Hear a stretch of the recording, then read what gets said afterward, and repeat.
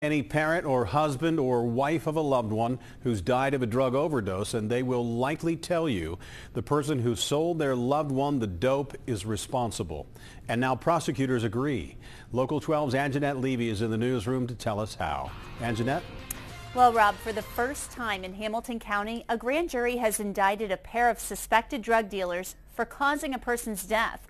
Stephanie and Christopher Eaglin face several charges, including involuntary manslaughter. Delhi Township police investigated the death of Shea Fricke. The 21-year-old died of a heroin overdose in June at her apartment building. Our investigators work relentlessly to try to find out who sold the heroin to her. Once they did that, they worked with the prosecutor's office and were able to get enough probable cause through their investigation by different means to get a search warrant on the residence. Chief Jim Howarth says investigators determined Stephanie Eaglin and her husband Christopher sold Fricke the heroin that killed her. A Hamilton County grand jury indicted the pair on a charge of involuntary manslaughter. We need to go after these people selling, do the best we can. I applaud Joe Dieters for pursuing this. In Indiana, Dearborn County prosecutor Aaron Negengard has been filing reckless homicide charges against dealers who sell drugs to people who OD since 2006. First off, it's an opportunity to get good drug intelligence, to find out where the drugs are coming from, who was the source of drugs.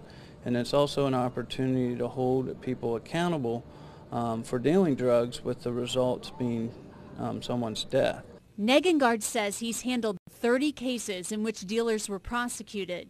Back in Hamilton County, Chief Howarth hopes the case against the Eaglins will send a message to those who peddle heroin. Hopefully going to be the new norm, that if you sell heroin causes the death of somebody, that you could be facing involuntary manslaughter charges.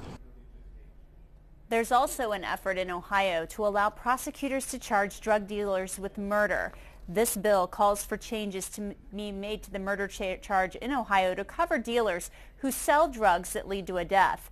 That change could lead to drug dealers being sent to prison for life if they were charged with murder. In the newsroom, Angenette Levy, Local 12 News. Rob?